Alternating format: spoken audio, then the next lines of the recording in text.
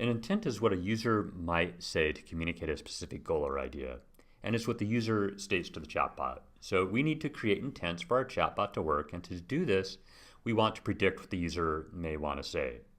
So what would a typical user say to a chatbot at a CoffeeBot service? How about, I'd like to order coffee.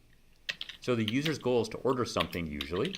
And at this point, it's really just the most important that our bot recognize the user wants to order.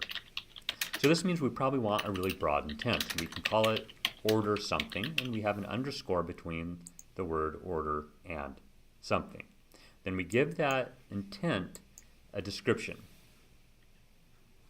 Then under this description, this is a whole category, and we're going to add specific categories under this intent. So we want to list as many possibilities that we can think of. It's recommended by IBM that the chatbot developers add at least 5 intents. With our coffee ordering service, this is going to be pretty easy. We just need to think up different ways that a user might ask the chatbot for different coffee options, such as mocha, espresso, and latte.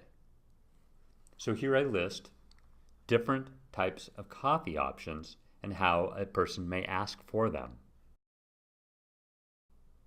So I list ways to ask for coffee, I list for ways to ask for latte, I list for ways to ask for espresso. And then this plugs it into memory, and this will be the library that our chatbot uses when communicating with the user.